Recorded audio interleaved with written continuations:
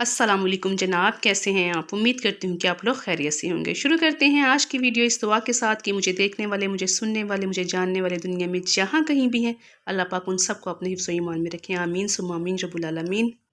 सो जनाब, आज शेयर करने जा रही हूँ कि इस तरीके से आप फ्रोज़न शामी कबाब बना सकते हैं और उसको घर में रहते हुए आप सेल कर सकते हैं और हज़ारों रुपये आप उसमें मुनाफा कमा सकते हैं। बहुत आसान सा ये काम है जिसे तमाम हाउस वाइफ भी घर बैठे आसानी के साथ कर सकती हैं।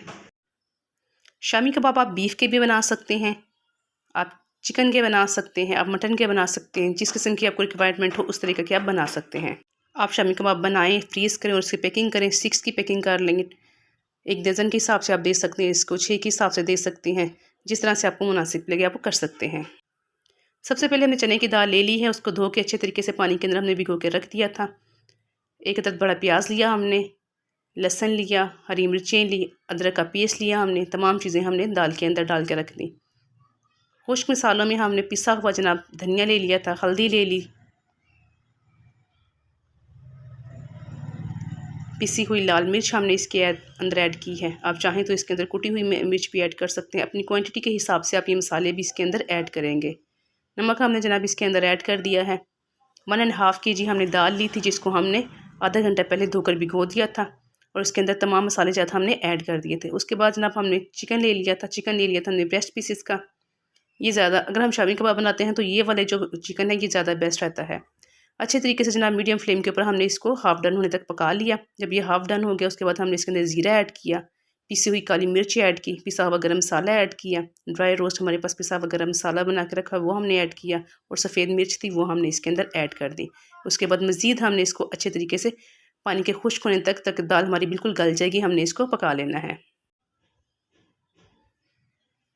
पानी हमारा बिल्कुल अच्छे तरीके से बिल्कुल खुश्क हो चुका है, आप देख सकते हैं। पानी आपने इसके अंदर बिल्कुल भी नहीं रहने देना है। चिकन भी हमारा बिल्कुल अच्छे से गल चुका है और साथ में दाल भी। इस स्टेज पे आके जनाब आपने इसको ठंडा कर लेना है, आपने इसको चॉपर में पीस लेना है। अगर आपने इस किस्म के जनाब साग घोटने वाले घोटने के साथ इसको पीसते हैं तो फिर आप इसे हल्का हल्का जब गर्म होगा तभी आपने इसको पीसना स्टार्ट कर देना है।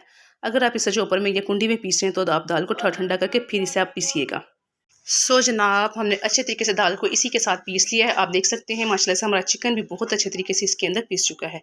उसके बाद जनाब हमने इसको कर लेना है बिल्कुल ठंडा। ठंडा करने के बाद हमने इसके शामी कबाब की शेप दे लेनी है। आप अपनी पसंद के हिसाब से छोटे या बड़े किसी भी साइज़ के शामी कबाब बना के रख सकते हैं।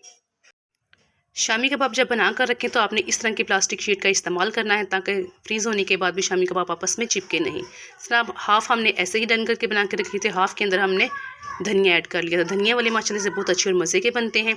तो आप भी जिस किस्म की आपकी रिक्वायरमेंट हो, आपने धनिया डाल के बनाना है या पुदीना डाल के बनाना है या आपने सिंपल बनाने हैं तो आप बना के रख सकते हैं।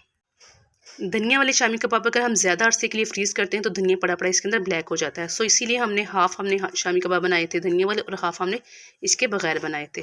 सो जनाब, जब हमारे ये शामी कबाब फ्रीज़ हो जाएंगे तब हमने इनको पैक कर लेना है। पैकिंग के लिए आप किसी भी किस्म के प्लास्टिक शीट इस्तेमाल कर सकते हैं, डिस्पोजेबल आपके पास जो डिब्बे मिलते हैं वो पैक कर सकते हैं और उसके बाद आप इसको सेल कर सकते हैं।